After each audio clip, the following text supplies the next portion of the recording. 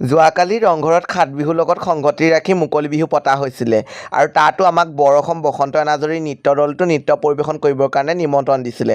তাৰ পাছত দেখিছেনে, এয়া হৈছে আমাৰ মৰমৰ ছাত্ৰী কেইগৰাকী, নাচনী কেইগৰাকী দেখাইছিলোঁ যে মই নাচ শিকোৱা ছাত্ৰী, মোক লগ পাই চবে ফটো উঠিবলৈ গ'ল। আৰু দেখিছেনে, আমাৰ বসন্ত এনাজৰী নৃত্য দলৰ পৰাই আৰম্ভ কৰিছে আৰু বহুত বহুত ধন্যবাদ আমাক ইমান সুন্দৰকৈ নিমন্ত্ৰণ দি এইকণ কৰাৰ বাবে। তাৰ পাছত এয়া নামটিৰ এটা কৰ্মশালা আহিছিলে, তাৰো বিহু নাচ দিলে। তাৰ পাছত এয়া দেখিছেনে, তেওঁলোকে ইমান ধুনীয়াকৈ খোৱা বোৱা ব্যৱস্থা কৰিছে আৰু এই বৰমা কেইগৰাকীকো ইমান ধুনীয়া লাগিছে, পিন্ধি উৰি আছে। তেওঁলোকে আকৌ আমাক খুব সুন্দৰকৈ জলপান পৰিৱেশন কৰিছে খাবৰ কাৰণে, আৰু তাকো দেখাই দিছোঁ দেই আপোনালোকৰ মাজতে। জলপান চলপানবোৰ এনেকৈ খাই লৈছোঁ। তাৰপাছত এয়া দেখিছেনে, আমাৰ সীমা বা আমি যোনখন স্কুলত শিকাইছোঁ তাৰ ছাত্ৰ ছাত্ৰী সীমন্তই আকৌ খুব ধুনীয়াকৈ গান গাইছে। এয়া আকৌ এহেঁতক দেখালোঁ, দেখিছেনে। তাৰপিছত আকৌ আমি দৰ্শনাহঁতৰ ঘৰলৈ বুলি আহিলে, আহোঁতে বৰ্তাৰ ঘৰত ফুল ফুলি আছে, এহেঁতি আকৌ ফুল ল'বলৈ আগৰিলে।